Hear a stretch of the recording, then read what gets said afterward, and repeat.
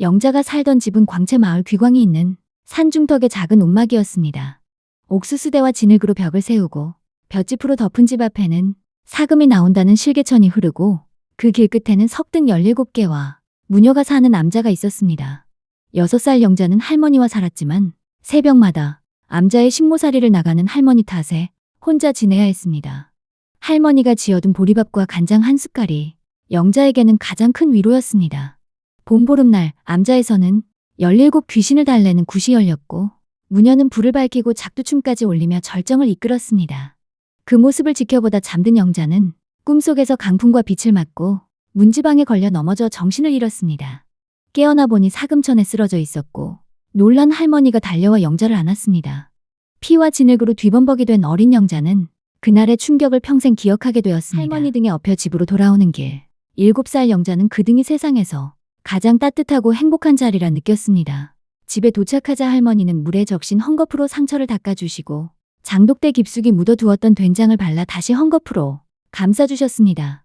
이어서 쌀래기죽을 끓여주셨는데 깨진 쌀이나 작은 쌀알을 모아 오래 끓여낸 죽은 고소하고 부드러웠습니다. 간장 한 숟갈, 참기름 2방울을 떨어뜨려 비벼 먹으면 세상 어떤 음식보다 맛있었고 병든 사람에게는 귀한 보약과도 같았습니다. 영자는 그 죽을 한 그릇 다 비우고 나서야 비로소 안정을 느꼈습니다. 곁을 보니 할머니는 전날 새벽부터 암자일을 돕느라 지쳐 엎드린 채 잠들어 계셨습니다. 기운이 조금씩 돌아오자 넘어지던 순간부터 희미했던 기억들이 차츰 되살아나기 시작했습니다. 어디에 부딪힌 건지 정확히는 알 수 없지만 분명 강한 충격이 있었던 것 같았습니다. 정신을 차리고 보니 영자 앞에는 무녀가 서 있었습니다. 그녀는 17 석등 가운데 16번째를 지나 17번째 석등 앞에 서 있었습니다. 호롱불이 석등 위에서 흔들리고 그 뒤에는 연로한 할아버지 한 분이 숨어 계셨습니다. 사금을 캐던 광부 중 가장 나이가 많아 보이는 분이었습니다. 영자는 그곳에 가고 싶지 않았지만 어느새 무녀 앞에 서 있었고 무녀는 분명히 당황한 기색을 보였습니다. 그리고 그 순간 석등 뒤에 숨어있던 할아버지가 몸을 숨겼습니다. 무녀의 얼굴은 놀람과 분노로 뒤섞여 있었고 자세히 보니 한 사람의 얼굴이 아니라 여러 얼굴이 겹쳐져 있는 듯 보였습니다. 영자는 공포에 질려 꼼짝할 수 없었습니다. 무녀는 방울과 칼을 들고 영자를 내리쳤지만 이상하게도 전혀 아프지 않았습니다. 오히려 무녀가 저만치 밀려나 넘어졌고 그녀는 허겁지겁 사당으로 도망가더니 큰 소리로 주문을 외우기 시작했습니다. 무녀가 사라진 뒤 숨었던 할아버지가 모습을 드러냈습니다. 그는 영자에게 존댓말로 말씀하셨습니다.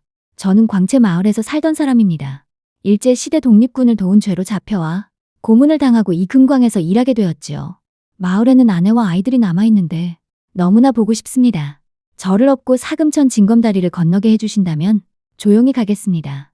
7살 영자는 저는 어려서 못해요 라고 대답했지만 어느새 자신이 할아버지를 업고 다리를 건너고 있었습니다.